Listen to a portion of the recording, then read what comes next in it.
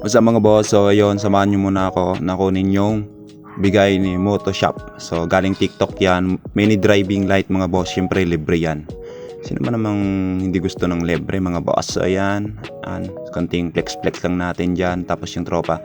So yun yung tropa natin na naka Road C Plus. Yung lagi natin kinakalaro sa karera. Yan. Matagal nang naghihintay ng sticker yan. So ayun, hanggang sa dumami na sila. Siyempre sinabi niya, and yun. And yun, tropa din na. Lahat sila tropa natin yan. Mga tropa na. Tropa, di ba? Ayun, so pagkatapos natin magbigay ng sticker. So, i-unbox natin. So, thank you mga boss. Ayan mga boss, unbox na natin to. So, ito pala mga boss is mini driving light. Siyempre, pwede sa lahat ng motor. Ayun, and sikat sa TikTok to mga boss. Sobrang lakas nito.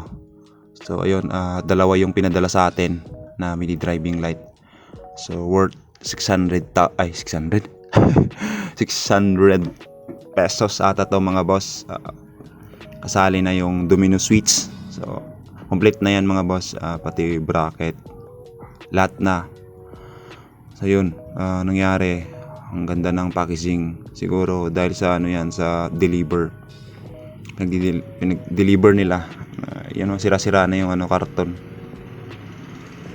Si Motoshop naman hindi lang nilagyan ng konting porket na free lang, yun na lang, basta balot-balot na lang siguro si Motoshop. Galing talaga si Motoshop na. Charis. So ayun mga boss, wait na lang kayo mga boss sa sunod na video natin kasi balak kong i-modify to. So gawin kong headlight bulb. So headlight bulb mga boss. Sa mismong headlight natin yan ilalagay mga boss. I-modified ko yan. Akong bahala sa inyo. So abang-abang na lang.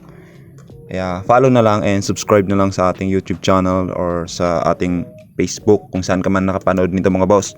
So yun mga boss.